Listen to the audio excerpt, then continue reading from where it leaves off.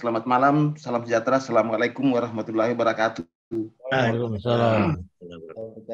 Jadi, saya tidak masuk terlalu jauh ke pro kontra ya, karena saya pikir saya dugaan saya ada banyak rakyat Indonesia yang tidak setuju harga BBM naik, tapi tidak punya cara untuk menyampaikan itu.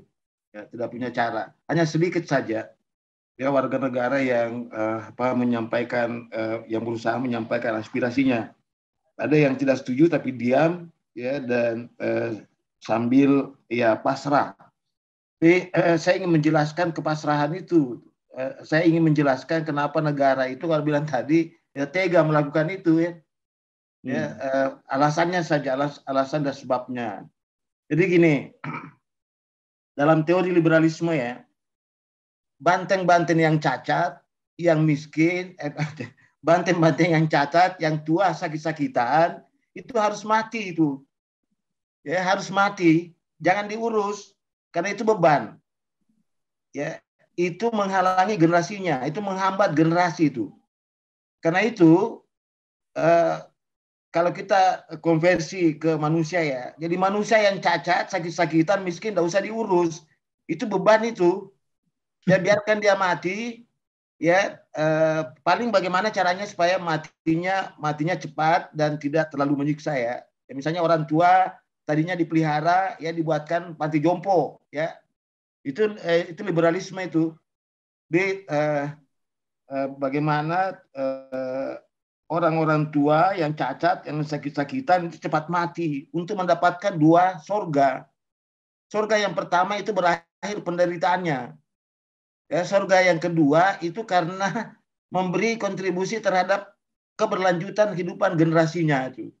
Ya, Itu kenapa? prinsip Jadi liberal ya Bang ya. ya itu memang kejam, liberalisme itu memang kejam. Nah, liberalisme ini bukan freedom ya.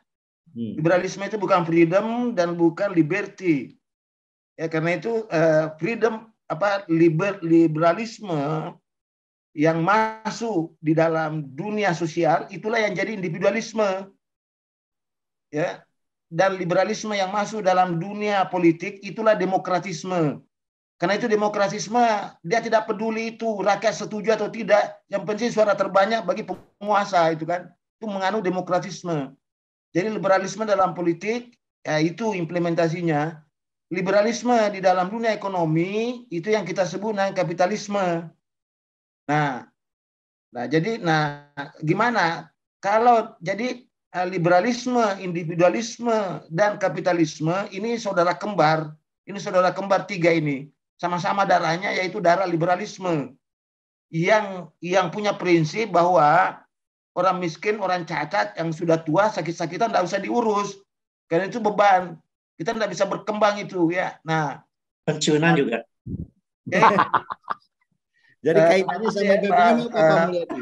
Bang Nur ya, itu dulu saya jelaskan. Jadi Ya, tadi kelihatan suasananya kalau liberalisme itu terjadi banget ya. Contohnya pensiun ya, sekarang mau ditawarkan namanya fully funded yang tadinya pay as you go. Jadi orang nggak lagi menerima tiap bulan, kalau sudah pensiun dia akan menerima tiap bulan. Jadi ini memang dibawa ke alam liberalisme kalau begitu ya. bukan dibawa, memang ya sudah. Jadi kan ada dua kategorisasi itu. Ada liberalisme tua, ya liberalisme lama dan liberalisme baru. Yang kita bilang neolib. Ya yang baru neoliberalisme itu adalah cirinya negara itu adalah alat kapitalisme. Jadi sistem ekonomi di situ adalah sistem kapitalisme. Kalaupun ada sistem ekonomi komando di mana dipukul oleh pemerintah, itu juga pemerintah takluk. Kan itu kebijakan-kebijakan politik, keputusan-keputusan politik oleh penguasa, oleh pemerintah dikendalikan oleh kapitalisme itu. Ya kalau kita sederhanakan kapitalisme itu konglomerat itu. Ya, jadi yang tidak tunduk pada kekuasaan negara, pemerintahan negara. Justru negara dan pemerintah itu tunduk. Kan sifat negara itu kan monopoli, memaksa, dan untuk semua. Sifat ini diambil oleh kapitalisme, gitu. Dan fungsi pemerintah itu tadi, fungsi pembangunan, fungsi pengaturan, fungsi pelayanan tidak bisa jalan itu karena kapitalisme itu menghendaki namanya pelayanan khusus, namanya debirokratisasi. Kemudian ada pengaturan khusus, namanya deregulasi, ya. Dan ingin bahwa individualisme dirinya sendiri, bukan untuk orang banyak, bukan untuk masyarakat banyak, karena itu butuh privatisasi itu, ya. Karena itu bergandengnya swastanisasi, privatisasi. Dan dia tidak mau rugi itu, karena itu ada restrukturisasi. Jadi kalau saya pinjamkan uang, utang, Anda tidak bisa bayar, saya jadikan itu sebagai modal saya, itu kan. Jadi Anda tidak mau rugi di situ, meskipun sudah mengambil banyak keuntungan. Itu penjelasannya tadi. Nah, apakah Indonesia masuk? Apakah Indonesia sudah termasuk? Ya sudah. Indonesia sudah masuk neolib. Kalau masuk isu BBM ini gimana, Bang? Apa kaitannya dengan karena itu tadi saya katakan ini ada yang menarik, fenomena ini yang menarik karena pemerintah menggunakan strategi wortel dengan tongkat, ya, carrot and stick itu, ya. Jadi ini BLT dan BBM itu kan, ya, dihajar sama BBM, tongkatnya itu BBM, ya kan, dikasih menderita tapi dikasih wortel itu kan. Jadi seolah-olah dengan ada BLT ini maka penderitanya hilang gitu kan. Nah, sebenarnya itu liberalisme tidak mengenal, ya. Liberalisme itu tidak mengenal cara untuk bagaimana memang tadi orang sakit itu sehat, orang miskin itu kaya. Tidak mengenal itu tuh. Karena itu saya harus katakan di sini bahwa BLT itu sesungguhnya adalah suap politik, ya. BLT itu adalah suap politik, itu bukan bantalan itu. Maksud saya gini, jangan ciptakan istilah-istilah yang menyenangkan, ya kan, yang menyenangkan masyarakat itu. Jujur aja bilang bahwa BLT itu adalah suap politik itu, karena liberalisme itu kan tidak mau diganggu, ya, karena tidak mau diganggu dia butuh kartu pengaman sosial. Kalau industri itu biasanya dana CSR itu kan, itu dana dana pencegah revolusi itu, dana pencegah konflik itu, ya. Jadi sama BLT itu sebenarnya kurang lebih sama dengan money politik dalam pemilu. Kalau dalam pemilu itu tujuannya agar dia mendapatkan suara, agar dia terpilih. Nah, BLT itu di luarnya itu suap politik agar masyarakat itu tenang, itu tidak memberontak kepada penguasa. Itu sebenarnya intinya itu, ya. Jadi itu saya katakan tadi, memang menarik ini strateginya karena ya dikasih wortel baru dipukul, ya, BBM itu kan, dikasih BLT baru BBM, ya, dikasih wortel baru dikasih tongkat, ya, dikasih stick itu dipukul. Nah saya persoalannya gini, kan ada yang bertanya, kok pemerintah berani melakukan itu, ya.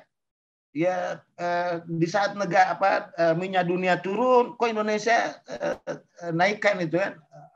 Nah, menurut saya rezim ini sangat percaya diri, ya, bahwa dengan kenaikan ini tidak akan membuat terganggu kekuasaannya, tidak membuat terganggu stabilitas politik itu.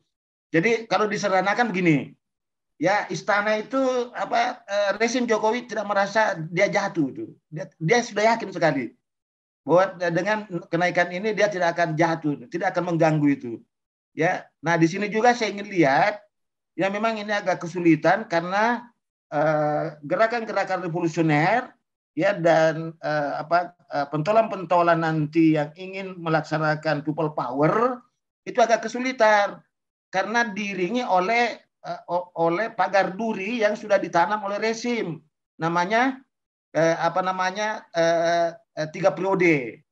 Ya, 3 periode itu sebenarnya secara politik tidak bermaksud untuk mendukung itu Jokowi untuk 3 periode.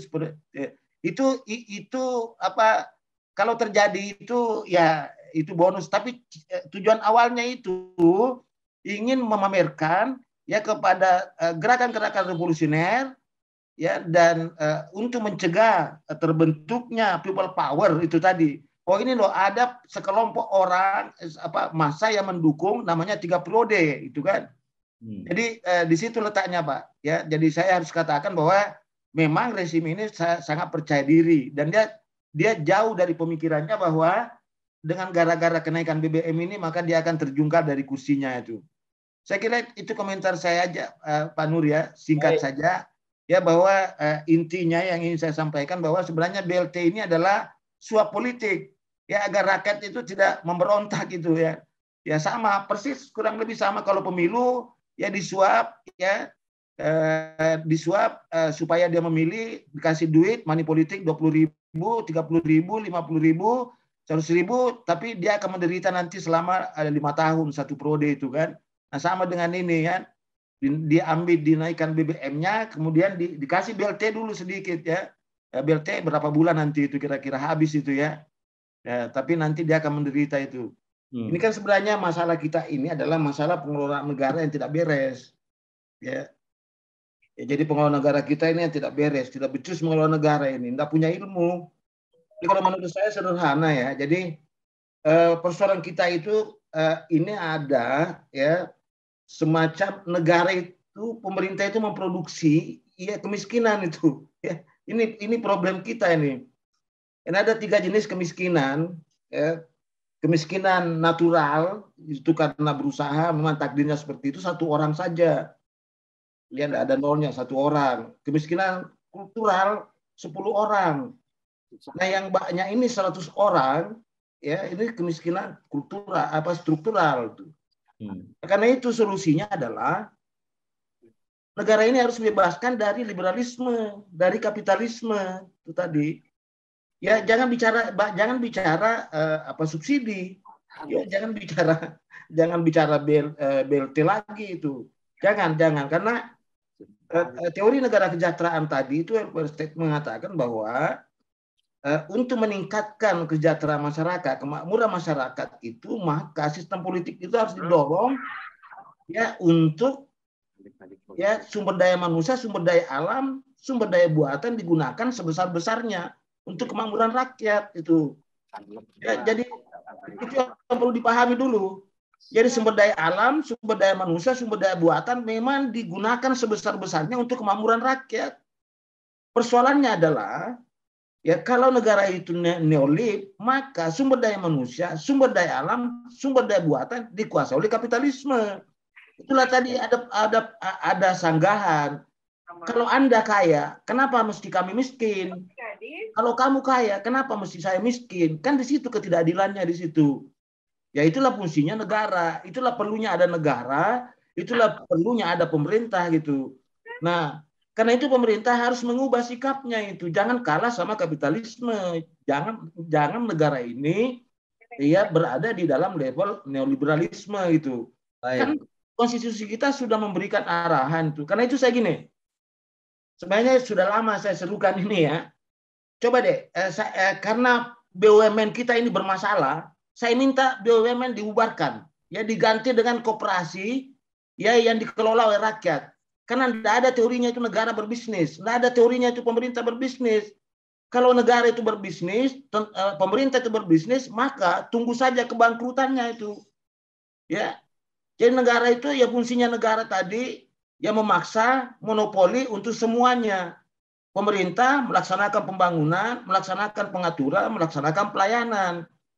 Seluruh sumber daya alam, seluruh sumber daya buatan, sumber daya manusia dikelola sebaik-baiknya untuk kesejahteraan kemakmuran rakyat ini. Jangan sebaliknya.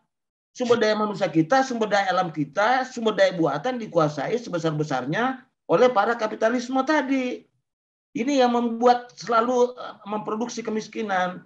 Karena itu hilangkan wacana-wacana BLT, ya subsidi, rubah itu menjadi sebuah kebijakan politik, ya keputusan politik yang memperkuat seluruh sektor yang berhubungan dengan urusan-urusan kemasyarakatan tadi, misalnya pertanian, nelayan, perkebunan. Nah kalau nelayan kita kuat, ya petani kita kuat, peternak kita kuat, ya pedagang kita kuat, meskipun harga situasi politik dunia global berubah, kita tetap konstan. Yang jadi masalah sekarang ini kan ya kita berada dalam suasana yang betul-betul ya tadi tunggu saja. Kita menunggu giliran ini kapan kita miskin, Pak. Saya kira itu, Pak Nur ya.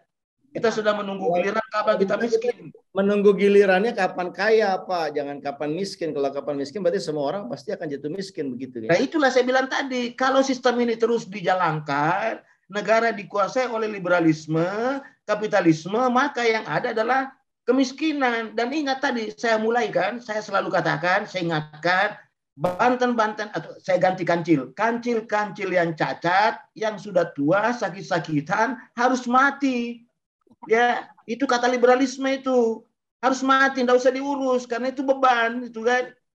Nah, sementara ya kita menginginkan orang tua, yang tua, sakit-sakitan, yang miskin, itu dirawat, itu diurus. Ini sebaliknya jangan diurus, biarlah mati cepat itu kan. Ya, nah itu dia. Jadi ini loh, teman-teman, kawan-kawan yang selalu mempertimbangkan ada rasa kasihan pemerintah terhadap rakyat miskin, itu tidak ada itu. Tidak ada cerita itu dalam sistem kapitalisme, dalam liberalisme, apalagi neoliberalisme. Kita ini bernegaranya Pancasila dong, Pak Mul. Jangan kapitalisme neolib itu. Ya, makanya itu kita kembali ke Pancasila. Kan sudah ada itu. Nah, kalau Pancasila dilaksanakan kan coba di atas, Pak. Tuhan yang esa, manusia yang beradab, bangsa yang bersatu, rakyat yang berdaulat, masyarakat yang makmur. Kan luar biasa kan? Tapi kan itu ditinggalkan jauh-jauh itu kan. Rakyatnya sudah tidak berdaulat, ya bangsanya sudah tidak bersatu, masyarakat manusianya sudah tidak beradab, ya kan, alias sudah biadab, ya kan, ya masyarakat kita tidak makmur, ya miskin semua, gimana itu? Ya tunggu aja negara ini runtuh kalau begitu itu. Saya kira itu, Pak Matnur.